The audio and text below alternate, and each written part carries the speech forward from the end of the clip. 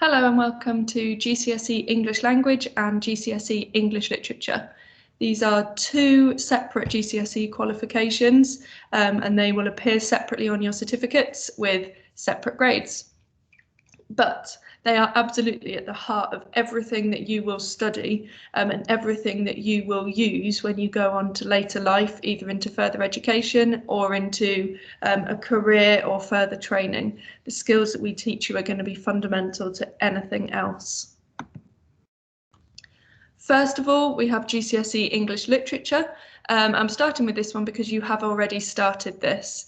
You have already studied in Inspector Calls. You have already begun studying Jekyll and Hyde, and very soon we will be working on Much Ado About Nothing by William Shakespeare.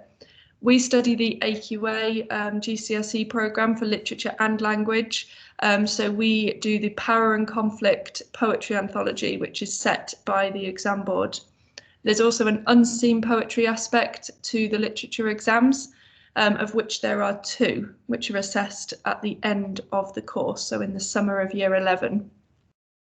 The course itself introduces you to some of the most famous and significant contributors to English literature and our national history.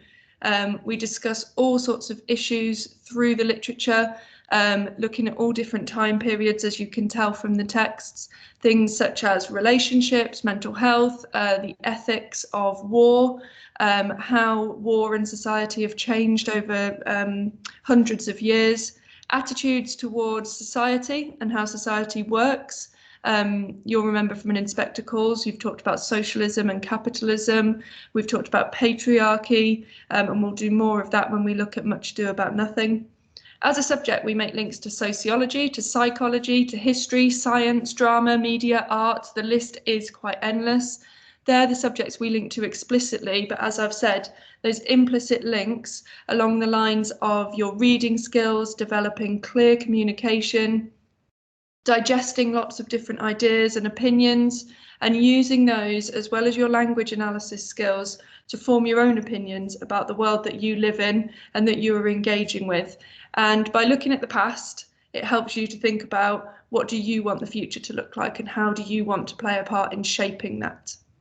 The second qualification is English language, and both of these are really important for whatever you want to pursue when you finish your GCSEs at 16.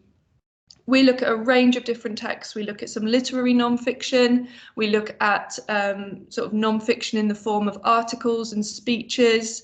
You also have the opportunity to do creative writing, so lots of descriptive and narrative writing, and lots of different writing for different purposes, such as arguing, persuading, informing, advising, sometimes a blend of several of those purposes. The exam for this is unseen text, so we don't know what the article or the speech or the sort of novel opening that you're going to look at will include. So we just aim to give you as broad an experience as we possibly can. We look at all different time periods, but it also gives us a great opportunity to look at some modern, topical, current affairs issues that are of interest to you and that are going on at the time that you're studying this course. So, for example, current year 11 have looked at a John Boyega speech as part of the Black Lives Matter movement, because that was a real topical issue. We were looking at how language is used to persuade and to inform people in that particular speech. As I've already mentioned, these skills are fundamental and they cross over between the language and the literature course. They blend together really well, but they will help you in lots of different subject areas as well. Again, there's two exams at the end of the course, as well as a spoken language qualification, which stands separately to the other two, but it does go on your certificates. You'll get a distinction, a pass, or a merit or a pass. You have to present and give a speech on a topic of your choice, obviously with support and guidance from your English teacher. And finally, where can this take you? What might you want to do? Well, you might, want to choose A-level. We'd love you to join us A-level as well. Some careers that are commonly linked to English, sort of the most popular options for graduates or people that have got high-level qualifications in English include law, media, journalism and broadcast in lots of different platforms, marketing and advertising, social media, public relations, all those kinds of labour markets, publishing, online, digital and in print, careers in the arts, all sorts of different careers.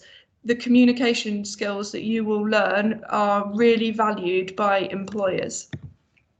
So whilst our choices, while our subjects are not choices, they are mandatory, we look forward to welcoming you all to your English Literature and English Language GCSEs. We can't wait to see you in Year 10, and we can't wait to explore some more texts and some more different styles of writing and some new writers with you. Thank you very much.